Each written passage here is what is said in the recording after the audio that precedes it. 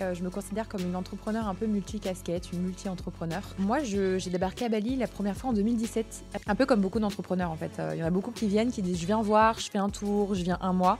Et en fait, je décalais mon billet à chaque fois. J'ai commencé en 2018, j'ai commencé par l'affiliation. De base, je ne faisais pas d'affiliation en fait. J'en parlais sans savoir ce que c'était l'affiliation. Et le premier mois, j'avais fait 8 000 €, quelque chose comme ça. Parce que j'ai fait beaucoup pivoter mon entreprise. J'en ai fait couler 2 aussi, accessoirement en 2022. J'ai l'impression que les cases, elles sont trop petites. Donc comment je fais dans un monde qui est très normé, qui a envie de me mettre dans une petite boîte quand je me présente. Je suis ma propre niche, j'ai créé un business à partir de moi. C'était vraiment un moment où j'avais envie même de disparaître. Mon compte est monté jusqu'à, je crois, 220 000 personnes. Aujourd'hui, j'en ai moins. L'humain déteste qu'on le mette dans une boîte. Mais si vous arrivez à le mettre dans la bonne boîte, ça marche. Faut pas vendre de la poudre aux yeux en disant « vous n'aurez jamais d'échecs ». Non, moi, c'est le contraire. Dans mon discours, je leur dis direct « vous rentrez dans ce programme, sachez qu'il y aura des échecs ». Parce que personne ne va venir vous dire « oh, tu es multiple, c'est super ». Non, c'est à vous de l'assumer. Et ensuite, les gens diront « ah, bah, c'est génial ».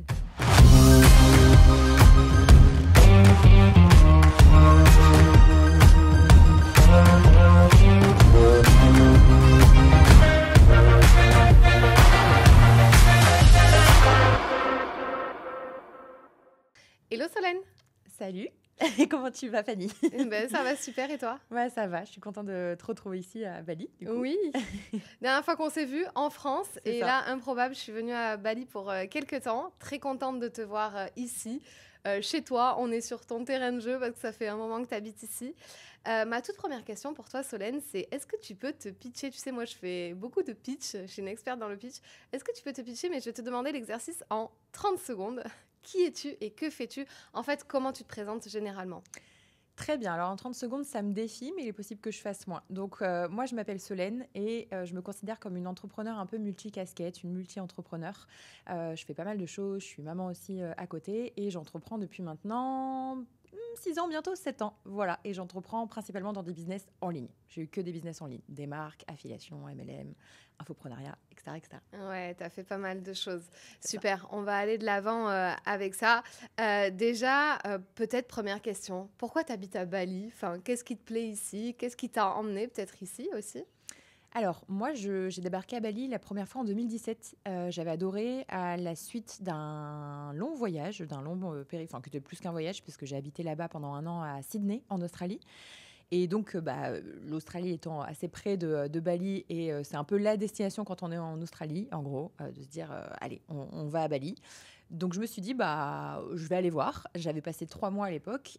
J'étais pas du tout entrepreneur à ce moment-là et j'envisageais pas forcément de l'être. C'était pas autant en vogue que ça l'est aujourd'hui. Mais je me suis toujours dit que j'y reviendrais. Et en fait, je suis revenue 3 ans après, donc à la période du Covid. Je me suis un petit peu échappée. J'ai fait le premier confinement en France. Et fin d'année 2020, avant que ça commence un peu à se dégrader, je me suis dit, je pars. Et voilà. Et du coup, je suis revenue ici sans trop avoir l'intention de me poser vraiment ici. Un peu comme beaucoup d'entrepreneurs, en fait. Ouais. Il y en a beaucoup qui viennent, qui disent « je viens voir, je fais un tour, je viens un mois ». Ouais. Et en fait, je décalais mon billet à chaque fois.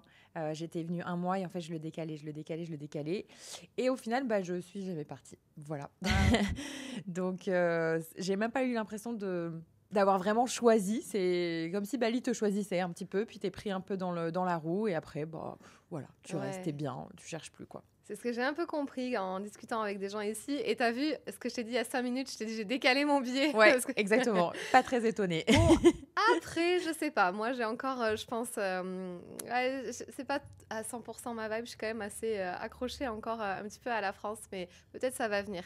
Du coup, est-ce que tu peux nous retracer un petit peu ton parcours dans les grandes lignes sans refaire une nouvelle fois? Je sais que c'est un peu pénible parfois pour les invités du podcast de refaire leur storytelling complet, mais nous dire dans les grandes lignes qu'est-ce qui t'a emmené à faire ce que tu fais aujourd'hui et à vendre justement tes programmes en ligne aujourd'hui sur les réseaux?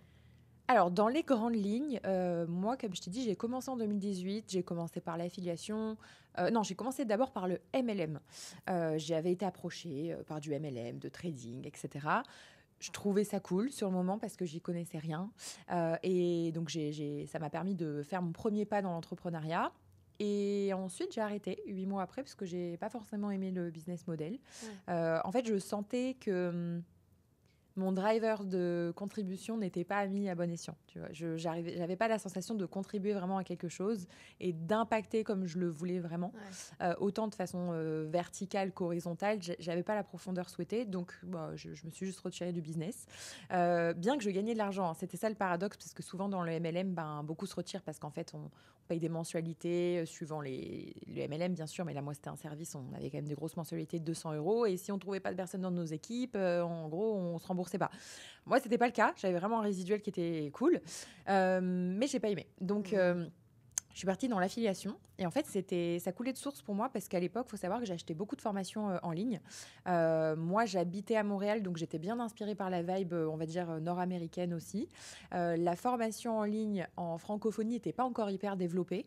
Il y en avait quand même un petit peu, mais ça n'avait vraiment rien à voir. Comme quoi, le marché bouge vraiment beaucoup et en peu de temps, parce que ça n'avait rien à voir avec ce que c'est aujourd'hui. C'était vraiment des formations. Si on les regarde aujourd'hui, elles paraîtraient comme pas très qualitatives, tu vois. C'est vraiment des petites formations faites un peu à l'arrache parce que, en fait, il n'y avait pas autant de concurrence non plus. Mais moi, j'achetais beaucoup ça parce que justement, je me cherchais. Ce premier pas dans le MLM m'a quand même fait comprendre qu'il y avait des possibilités de gagner de l'argent en ligne. En gros, c'était ça. Ça a vraiment pété ce truc-là dans ma tête de « Ok, c'est pas ça que je veux faire. Par contre, ce que je comprends, c'est qu'il y a quand même toute une panoplie de choses à faire.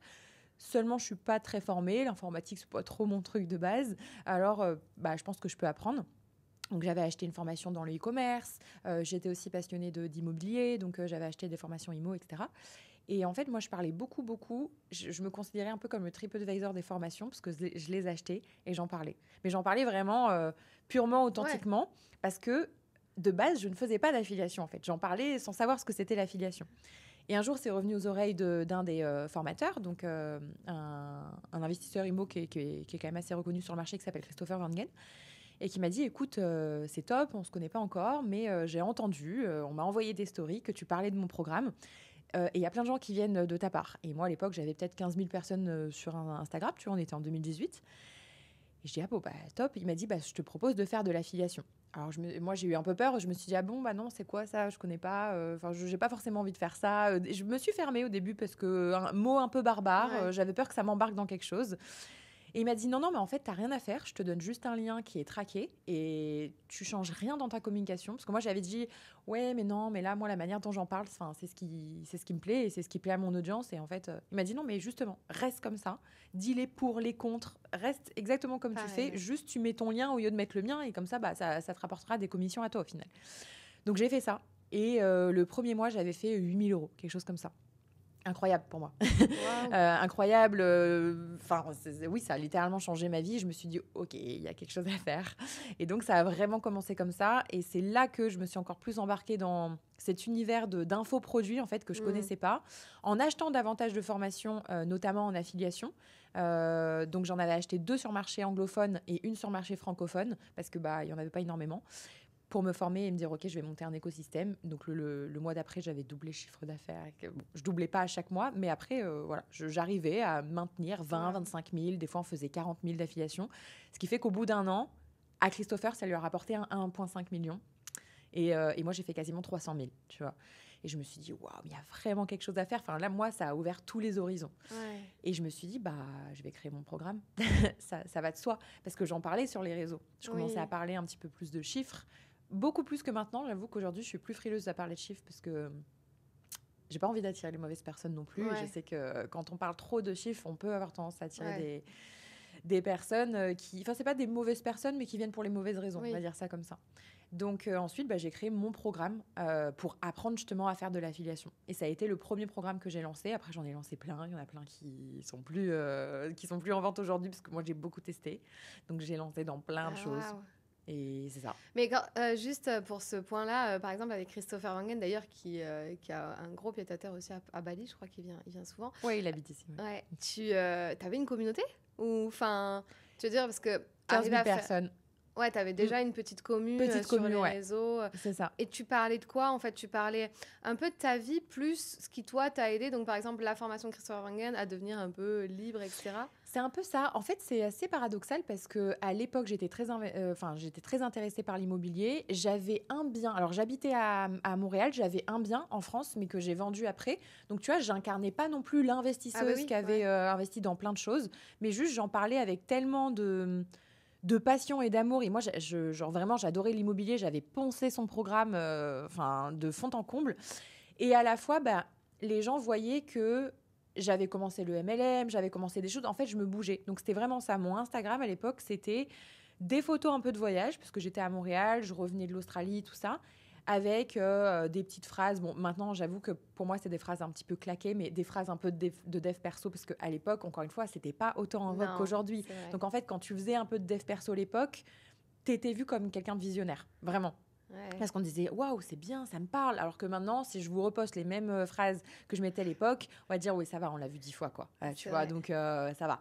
À l'époque, c'était pas le cas. Et c'est ce qui a fait qu'en fait, j'ai commencé à m'attirer une communauté. J'allais dire facilement, les algos étaient différents, ça c'était certain. Mais Ouais. en tout cas, ouais, je sais pas si c'était facile, mais ça leur parlait parce que c'était moins vu qu'aujourd'hui. Mm. Et maintenant, on le sait. C'est pas une raison pour ne rien faire en se disant c'est saturé, mais on sait que il faut être un élément, Ouais. faut trouver un élément de différenciation. Et à l'époque, c'était un élément de différenciation vu que peu de comptes le faisaient. Ouais. Et c'est ça. En fait, c'était vraiment un compte lifestyle. C'est un peu ça. Je parlais Ouais. voyage, ma liberté, comment je voulais aller chercher ma liberté aussi, parce qu'en fait, je partais de zéro. Donc, j'embarquais vraiment les gens avec moi Trop bien. dans cette vie, parce que j'étais encore salariée. Hein. J'étais encore salariée à côté, donc c'était vraiment que des side projects. Moi, j'ai pas lâché mon travail comme ça. J'ai mis un an et demi avant de vraiment lâcher mon travail. Ouais, enfin, quand tu commences à faire 300 000 euros, tu te dis, bon, là, Ouais, je c'est pense ça. que... En fait, si tu veux, je suis passée très vite en société parce que déjà, Oui. au bout de 3 mois, j'avais pété les plafonds Ouais. de l'auto-entreprise parce que moi, j'ai tout en France. Et du coup, je me suis dit, bon, qu'est-ce que je fais? Et à la fin 2019, je suis rentrée en France après 2 ans au Canada. Et là, après, j'ai eu un dilemme de me dire, est-ce que je reprends un Ouais. CDI? Parce que financièrement, j'en avais pas besoin. Mais j'avais très envie d'investir dans l'immobilier et je savais que ma situation était trop fragile. Enfin voilà, j'avais 6 mois d'auto-entreprise. Une banque ne prête pas, enfin on le sait, c'est pas... Oui. Voilà. Et je me suis dit, qu'est-ce que je fais? Est-ce que je sacrifie un bout de mon entreprise et du coup je pourrais pas vraiment travailler dessus comme je veux parce que je dois reprendre un CDI pour investir et du coup ça va être stratégie long terme? Ou est-ce que je décide de me mettre à fond sur la boîte? Donc devinez ce que j'ai fait, quoi. Je me suis mis à fond sur la boîte. Je n'ai pas... Bon, c'est pas la bonne ou la mauvaise chose, hein, parce qu'au final, j'aurais peut-être pu investir. Et c'est vrai qu'aujourd'hui, j'ai pas de bien IMO. C'est un peu mon regret. Mais Bah, l'un dans l'autre, j'ai développé ma boîte. Donc, ouais. enfin, de l'IMO, ça va venir, parce que tu dis que tu avais encore ta société en France, c'est ça? Ouais, Ouais, donc là, en soi, ça fait j'ai la maintenant SARL, très ouais. longtemps que tu es entrepreneur. Tu peux avoir très bien Oui, plusieurs c'est ça. crédits pour... Exactement. En fait, pour, c'est juste, j'ai envie de dire, une question de temps aussi. Ouais. J'ai envie d'investir, mais j'ai pas envie d'investir de n'importe quelle manière. J'ai envie de prendre le temps de le faire aussi. Mais Ouais. oui, je sais que ça va venir, quoi. Enfin, j'ai ma boîte en France, etc. Donc, ça ne saurait tarder. On va dire ça comme ça. Ok. Et du coup, qu'est-ce que tu fais aujourd'hui concrètement? Qui t'accompagne? À travers quoi?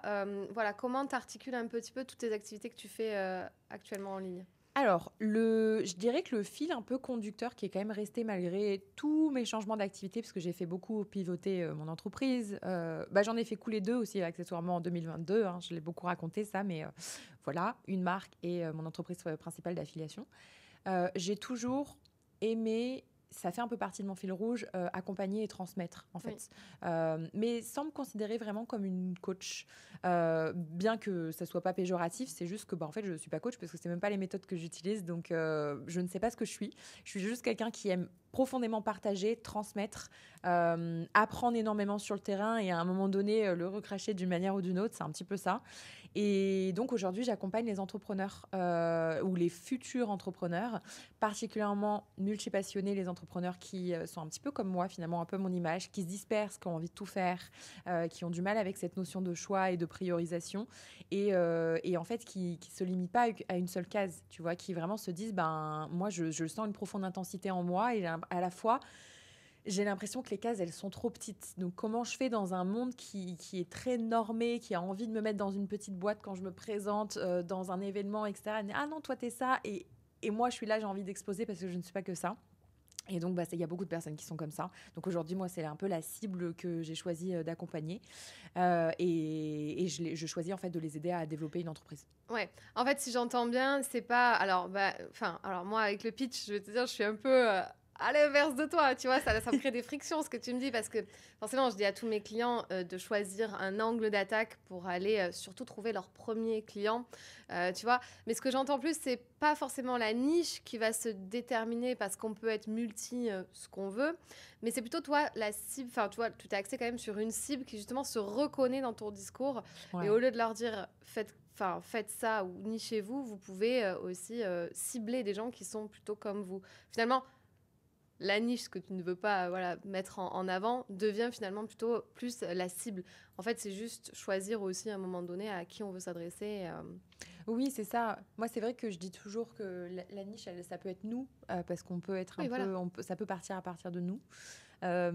Mais par contre, c'est important d'avoir un positionnement que je différencie pour le coup, Voilà, tu c'est vois. ça. Qu'on soit multipassionné ou multipotentiel, on met l'étiquette qu'on veut, peu importe. Par contre, il faut savoir se positionner quand même sur le marché parce que l'idée, et c'est là un peu le souci, c'est là que j'interviens en fait auprès de mes clientes, c'est que beaucoup ont justement plein de domaines de prédilection qui parfois en fait sont assez disparates, donc il n'y a pas vraiment de lien qui se crée. Elles vont créer des liens entre et essayer de créer des offres un peu à mi-chemin. Je sais pas moi entre bon des fois bon ça va le yoga et la naturopathie tu peux créer un lien autour du bien-être etc. Mais des fois il y a des choses où c'est pas le cas et ça part pas d'une mauvaise idée mais par contre c'est comment tu vas te positionner et ça répond à quoi comme problème. En fait ça reste quand même ça reste quand même une offre, tu vois. C'est du marketing. Donc, moi, c'est ce que je dis, multipotentiel ou pas, il faut qu'en face, il y ait un problème. Maintenant, si tu viens la nourrir avec d'autres choses, parce que toi, tu as appris, je sais pas moi, la couture, la danse, la ci, la ça, Oui. tu as plein d'autres compétences que tu as développées dans d'autres choses, pourquoi pas? Mais ça veut pas dire que tu dois tout mettre dans la même offre, tu vois, c'est assez différent. En fait, moi, je viens vraiment leur dire que toutes les ressources que tu as en toi, tu n'es pas obligé de tout mettre dans ton offre et que ça soit finalement une offre qui ressemble à rien, où en fait tu mets tout ce que tu as appris, mais en fait du coup on ne sait plus à quoi ça répond exactement, tu vois, comme besoin. Mais c'est plutôt comment toi tu vas pouvoir faire dans ta communication, ton personal branding, ton marketing, ta manière en fait, tu vois, de vivre ton entreprise, même peut-être ton management si tu as une équipe, pour te servir de toutes ces ressources que tu as et de toutes ces facettes qui font que tu es toi aujourd'hui, tu vois. Et créer un business à partir de toi. C'est plus dans ce sens-là, tu vois. J'entends très bien et je pense que je vois très bien ce que tu veux dire. D'ailleurs, je voulais peut-être pas aller si vite mais on va y aller. On va y aller maintenant parce que du coup, c'est trop intéressant. En fait, tu veux dire que toutes tes multipassions ou tout ce que tu es toi, tu vas l'utiliser plus au service aussi de ton branding. Exactement. Mais tu sais, parfois, moi, j'ai souvent entendu ah, Fanny, tu mets beaucoup de choses en story. Des fois, on se perd, on sait pas trop, il n'y a pas de trucs continus. Donc maintenant, en fait, je me suis un peu freinée depuis quelques mois, années, où je me suis dit, en fait, tout ce que je dois publier, genre, admettons, je montre mon matcha, tu vois, bah, faut que je mette une phrase en mode sur le truc du business, ou parce que j'ai capté un truc autour du business et du pitch. Et du coup, je me suis un peu limitée. Qu'est-ce que tu en penses par rapport à ça? Parce que c'est vrai que les gens vont se dire, enfin, si je commence à montrer, je sais pas, enfin, je fais pas de danse, mais tu vois, je sais qu'il y en a beaucoup qui montrent qu'elles font de la danse ou du heels ou même leur passion à côté ou leur yoga, mais qui n'a rien à voir avec ce qu'elles vendent. Ouais. Comment tu fais pour que ça soit juste, en fait? Pour pas que ça soit, waouh, elle, on n'a rien compris à ce qu'elle fait, elle a 10 milliards de stories, un jour elle est là. Ouais, je comprends ta question. Enfin, comment tu accompagnes tes clients par rapport plutôt Ouais, complètement. à ça? En fait, moi, ça fait vraiment partie de mon message de je suis ma propre niche, j'ai créé un business à partir de moi. Et si tu veux, quand moi je vais partager quelque chose, et d'ailleurs, moi, c'est vraiment le genre de choses que je fais aussi sur aujourd'hui, je mange des œufs avec un matcha, etc. J'ai toujours, en fait, c'est comme si, mais c'est même pas calculé, en fait, c'est que ça fait profondément partie de ma vie et de ce que j'incarne, c'est qu'il y a quand même toujours cette espèce de fil conducteur de je me sens même pas obligée de partager un truc sur le business parce que c'est même pas tant sur le business, c'est plus bien-être parce qu'en fait finalement ça fait partie du truc. Enfin, même si le bien-être c'est assez global parce que je vais pas partager un truc bien-être style naturopathie ou yoga, c'est pas du tout mes spécialités. Par contre, sur comment trouver l'équilibre entre sa vie pro et perso, finalement ça fait partie de mon fil conducteur, tu vois, de me dire bah voilà, il est 8h, je viens de sortir ma séance de pilates. A priori, ça n'a rien à voir avec le business. Bah si, en fait, parce que je crée un business au service de ma vie. Et ma vie, c'est ça aussi. Voilà. Et c'est aussi faire passer le message de c'est bien, on est des entrepreneurs, c'est cool. Mais moi, personnellement, j'ai une vie à côté, tu vois. Et en vrai... Heureusement. Bah ouais, heureusement, mais il y en a qui ont peur de le dire. En mode, non, mais moi, je lis business, je fume business, Oui, mais peut-être au début, et moi aussi j'ai été comme ça, je lisais que des livres business, et d'ailleurs aujourd'hui j'en suis même presque allergique, et je suis désolée, genre vraiment je ne peux plus lire de livres business, tu vois. Mais ça veut pas dire qu'ils sont de mauvaise qualité, c'est juste moi qui en fait j'ai besoin de me nourrir d'autres choses. Aujourd'hui je vais lire un roman qui n'a rien à voir avec le business, et je vais même le partager en story, juste pour dire, allez vous nourrir ailleurs aussi que dans votre business, mais le fil conducteur, il reste le même, parce que je m'adresse toujours aux entrepreneurs quand même, tu vois. Donc ça vient les inspirer d'une autre manière, sans forcément que je sois obligée d'aller donner des conseils au front, en mode, tu dois faire ça, telle stratégie. C'est jamais des conseils vraiment stratégiques au final que je donne, tu vois. C'est plus des petits up.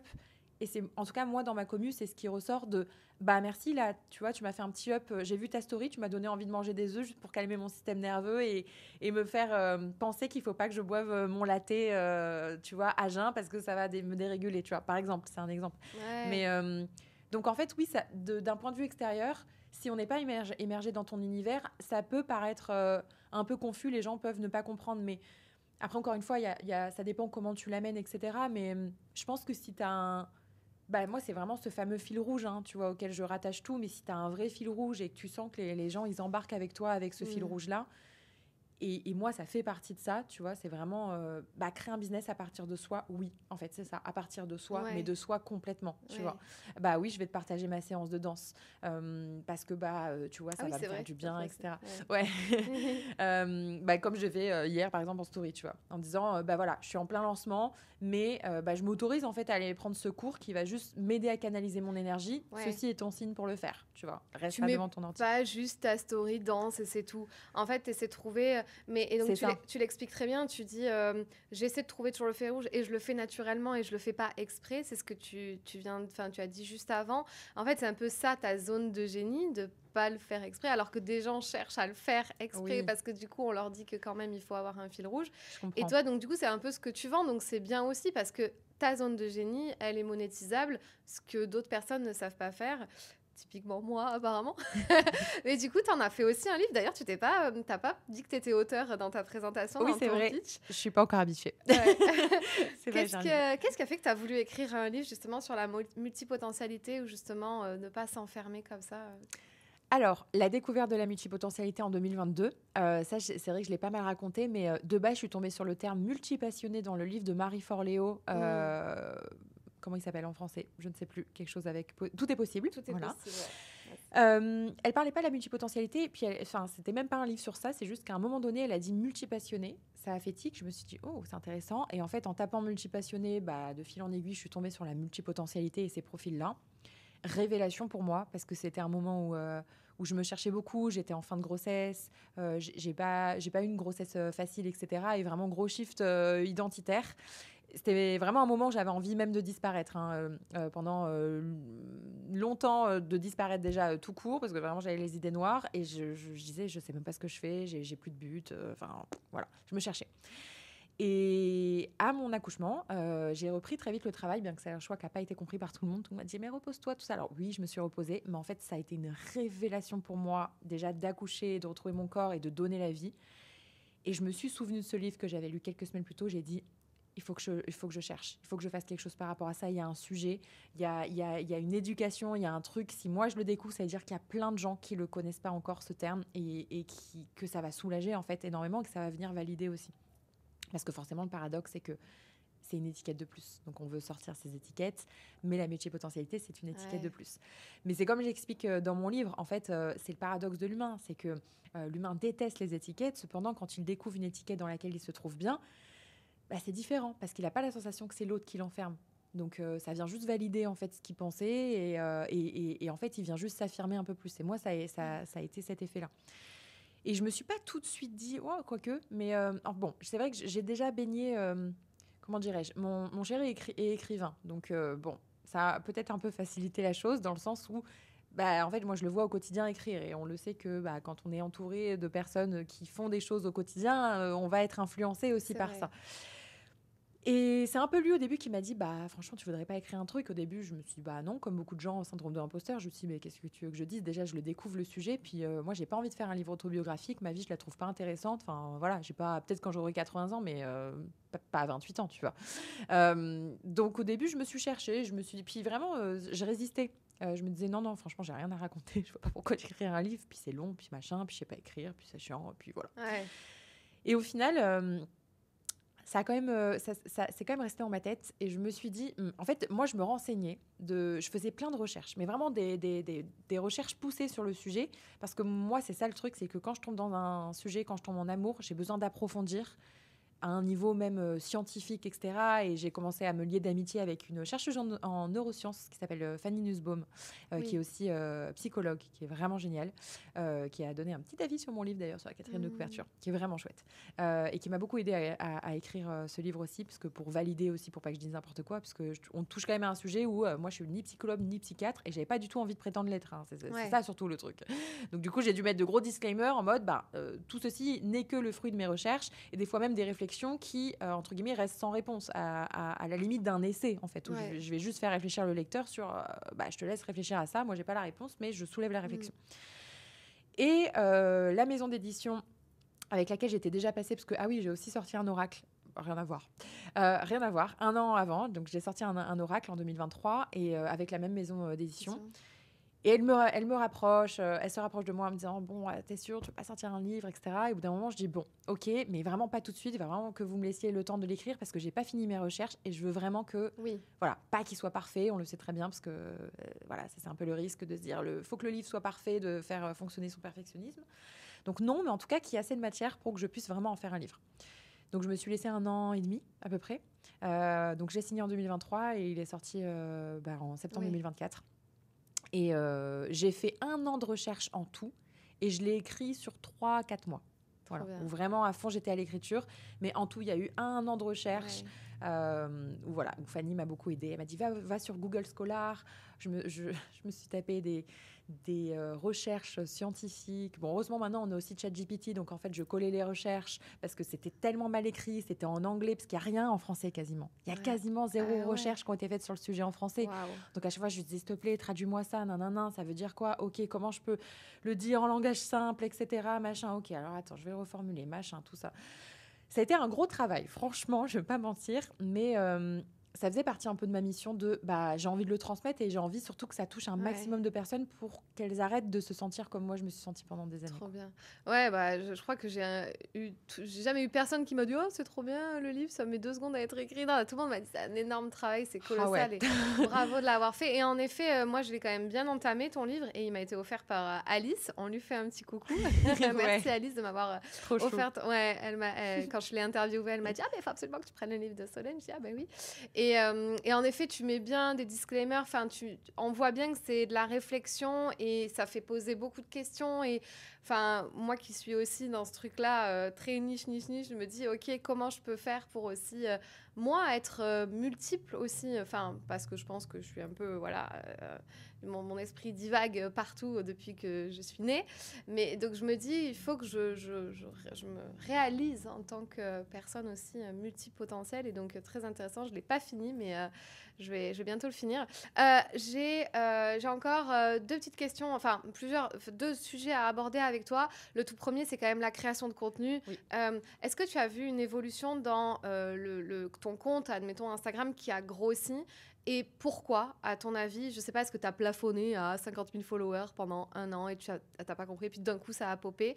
Est-ce qu'il y a eu une évolution comme ça que tu peux noter, qui peut être due à quoi? Et comment tu vois la création de contenu, toi, aujourd'hui? Alors oui, complètement. Donc pour remettre le contexte, je me suis lancée sur Instagram entre 2017 et 2018. Alors j'ai mon compte officiellement depuis 2013. Voilà, mais bon, jusqu'à présent c'était un petit compte perso. Mais j'ai vraiment commencé à créer du contenu de façon sérieuse, on va dire, en 2017-2018. Je suis assez vite montée, j'avoue. Même d'ailleurs, je connais Alice depuis un moment, parce qu'en fait on s'était rencontrés sur les réseaux comme ça. Et à une époque, on faisait beaucoup de concours ensemble. Il y a une époque où les concours rapportaient beaucoup. Alors maintenant, c'est plus vraiment le cas. Mais bon, voilà, c'est pour ça qu'il faut des fois saisir la rampe et se dire ça va durer un temps, et voilà. Donc, on a fait beaucoup de concours avec Alice et d'autres influenceuses, ce qui fait que ça a mixé les communautés. Et ça nous faisait prendre quand même de temps à autre. On avait des 3, 5, 10 cas. Et en fait, tu vois, sur des périodes de 6 mois, des fois, on pouvait prendre 50 000 abonnés comme ça, etc. Et c'était cool. Et à un moment donné, en 2020, je crois juste avant le Covid ou à peu près pendant, j'ai pas mal stagné. Donc, mon compte est monté jusqu'à, je crois, 220 000 personnes. Aujourd'hui, j'en ai moins. Et je vais vous expliquer pourquoi, parce que j'ai fait aussi plein de bêtises. J'ai pas mal stagné. À un moment donné, avec Alice, on avait fait un concours. Je rigole parce que ça nous a vraiment apporté de la merde derrière. Un concours sur des comptes brésiliens. Et on s'est dit, bon, ok, allez, viens. En fait, c'était un gros compte brésilien, des influenceurs brésiliens. Donc, je ne sais même pas pourquoi on s'est mis là-dessus, mais qui nous a contactés, qui a dit, bah, est-ce que ça vous dit? On fait un concours, on est une dizaine, etc. Mais c'était quasiment que des Brésiliens ou des Portugais, mais des gens qui ne parlaient pas le français. Bon, on se met dessus avec Alice. Ça nous rapporte, genre, littéralement 40 000 abonnés ou un truc comme ça. Mais c'est des Brésiliens. Donc derrière, il ne s'est rien passé. Mais c'est bien parce qu'on apprend, en fait. Et à l'époque, je sais qu'Alice a testé aussi beaucoup plein de stratégies, ce qui fait qu'après, elle les a enseignées dans son programme, etc. Et c'est super. Et moi, c'était un peu la même chose. On testait et on disait, ah non, mais c'est une mauvaise stratégie. Donc j'ai fait un gros cleaning. Et je crois qu'Alice l'avait fait aussi. J'étais passée sur un mec sur Fiverr, par une presta Fiverr, parce qu'en fait, pour supprimer 50 000 personnes, déjà, il faut les retrouver. Je ne savais pas comment faire.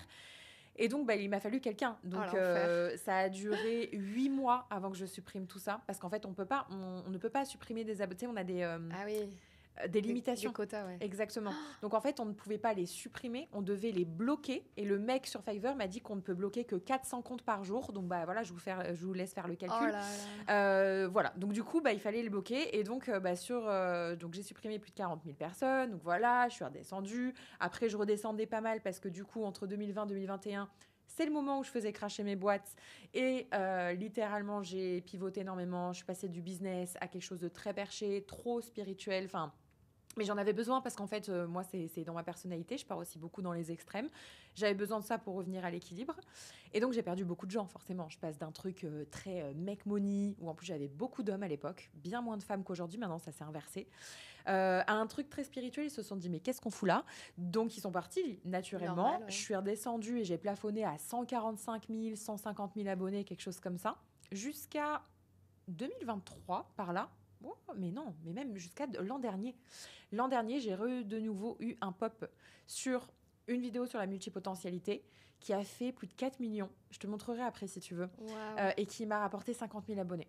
Je te montrerai, c'est incroyable. Moi, je la montre en exemple à tous mes clients avec les screens. 4 millions et quelques, il me semble. En tout cas, c'est 4 millions, c'est sûr.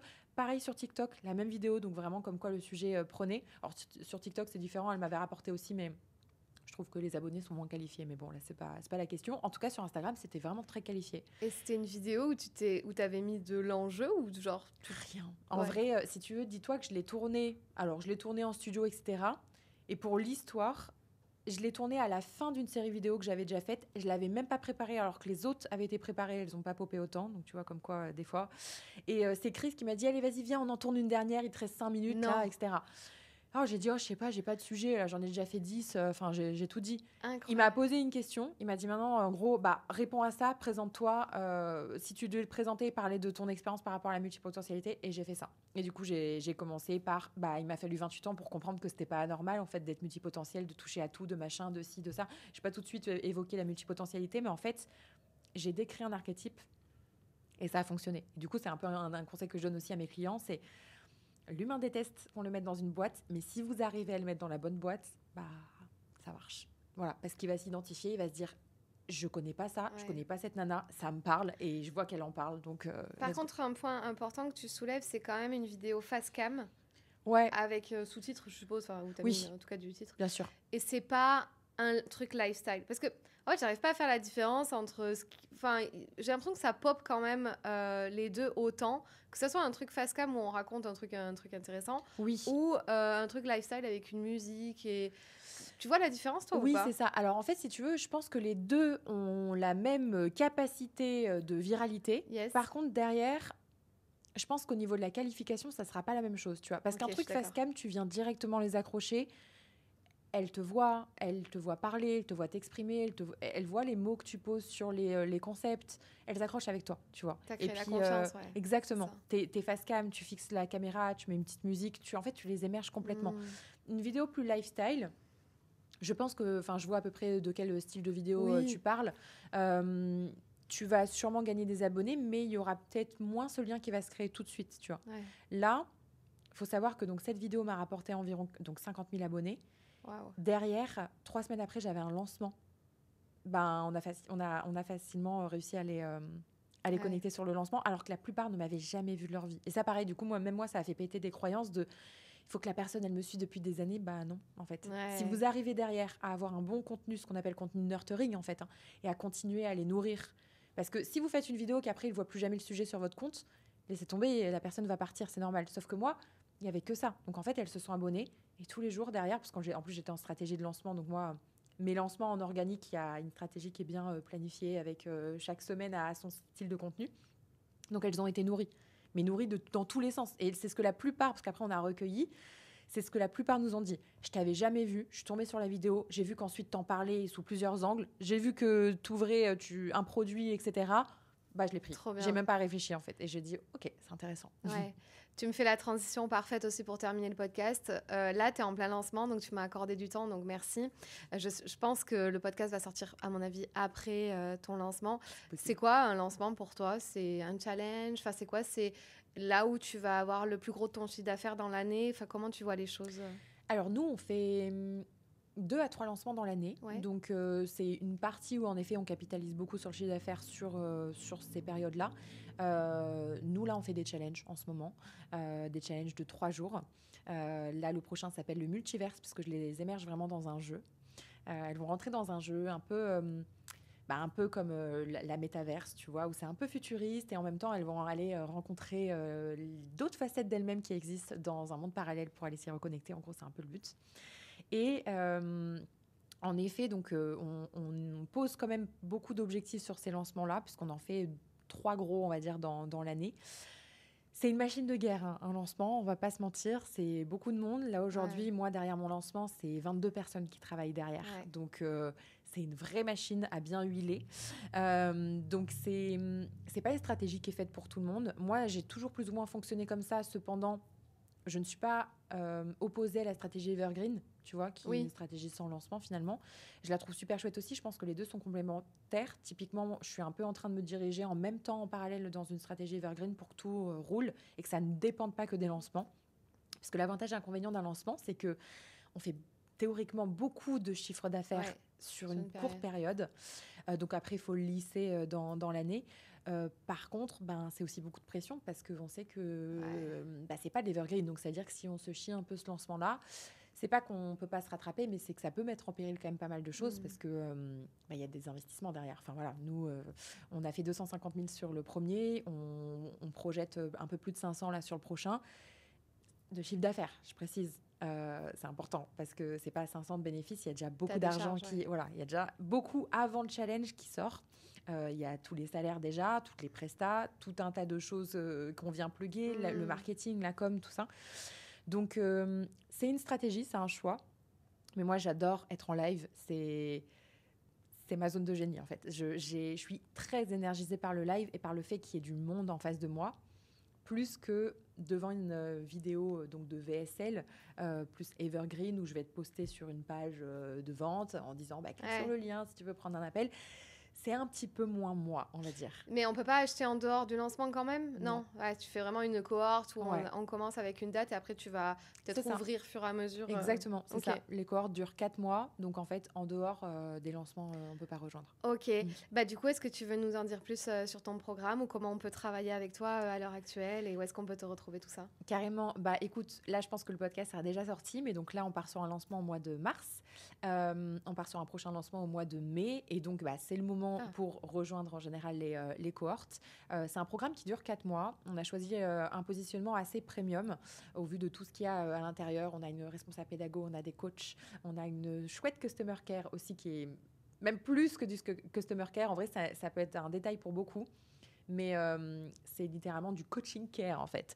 C'est du coaching asynchrone. Et en fait, on choisit aussi de fonctionner un peu sur recrutement parce que en fait je m'octroie d'avoir un marketing élitiste et je sais que c'est un truc qui va venir peut-être déclencher beaucoup de personnes en mode pourquoi parce que en fait parce que ça fait 7 ans que je suis entrepreneur, parce que j'ai envie de choisir avec qui je travaille, parce que j'ai envie de choisir les projets dans lesquels j'ai envie de m'investir aussi, parce que mine de rien, même si j'ai des coachs, je suis aussi là dans l'académie avec elles sur le terrain, on fait des lives, etc. Et en fait c'est trop chouette et moi j'accompagne surtout les femmes, mais il y a aussi des hommes, je les évince pas, c'est juste que ma communication parle plus aux femmes. Et l'idée, c'est vraiment de partir de limite pas grand-chose. Tu t'es pas lancé ou alors tu as envie de t'as envie de te lancer ou alors t'es lancé mais t'as pas trop de résultats et tu as envie de voir ton entreprise littéralement, entre guillemets, exploser. Alors moi, je fais pas de promesse de chiffre d'affaires parce que je trouve ça dangereux et j'y crois pas. Mais en tout cas, tu as envie de déployer en fait dans ton entreprise et qu'elle parte de toi et littéralement Oui. même développer tout un tas de choses parce qu'on parle beaucoup de leadership, on parle beaucoup de posture aussi dans le programme parce que c'est ça, en fait, on n'est plus juste des auto-entrepreneurs, on se dirige vers comment être un chef d'entreprise, une chef d'entreprise qui potentiellement peut-être derrière peut avoir des équipes, bien que ce soit pas le rêve de tout le monde. Moi, j'ai pas de salarié à l'heure actuelle, tu vois, et je donne toujours cet exemple-là. C'est pas mon rêve. Par contre, j'ai des freelances et ça se manage pas, mais en tout cas, ça se chapeaute. Donc, c'est un peu différent. Ouais. Mais il y a quand même une posture à tenir de c'est quoi un chef d'entreprise et comment gérer ça un peu dans son quotidien avec toutes les galères. Parce que pareil, faut pas vendre de la poudre aux yeux en disant vous n'aurez jamais d'échecs. Non, moi c'est le contraire. Dans mon discours, je leur dis direct, vous rentrez dans ce programme, sachez qu'il y aura des échecs. Ouais. Vous allez vivre des échecs coûte que coûte dans votre vie entrepreneuriale. Donc en fait, ça déjà, c'est dégommé. Par contre, c'est comment on va pouvoir les surmonter ces échecs et aller développer aussi peut-être un peu plus de résilience dans sa vie pro, quoi. Ouais, ok. Comment on peut travailler avec toi? Où est-ce qu'on te retrouve? Sur Instagram, principalement. C'est vraiment le canal principal, bien que je suis en train de développer beaucoup LinkedIn, là aussi, depuis quelques temps. Donc, Instagram, LinkedIn, c'est vraiment là-bas que vous me retrouverez plus souvent. Est-ce que tu as une dernière citation, mantra ou une phrase que tu te répètes à toi ou que tu répètes à tes clients ou à tes abonnés que tu aimes bien et qui traduit un peu tout ce que tu as envie de transmettre aujourd'hui? Phrase comme ça, une citation. J'ai pas forcément une phrase à laquelle je suis attachée. Parfois, je découvre des citations à travers des livres. Il y en a une que j'ai découverte il y a pas longtemps, juste mea culpa. Je ne me souviens plus de l'auteur alors que c'est de la grande littérature en plus. C'est J'ai beau faire, tout m'intéresse. Je retrouverai l'auteur, je suis désolée pour ça. Mais c'est une phrase qui me parle énormément parce que c'est exactement ça en fait. J'ai beau faire, être dans le faire, tout m'intéresse à chaque fois et c'est un beau message. Et en plus, c'est vraiment un auteur qui date, donc il traduisait pas forcément la multipotentialité à travers cette citation, mais ça m'a parlé directement en fait, et c'est, je pense, le cas pour beaucoup de personnes. Et après, c'est plus des messages de façon générale de, en fait, pourquoi on attend toujours qu'on nous donne la permission, tu vois.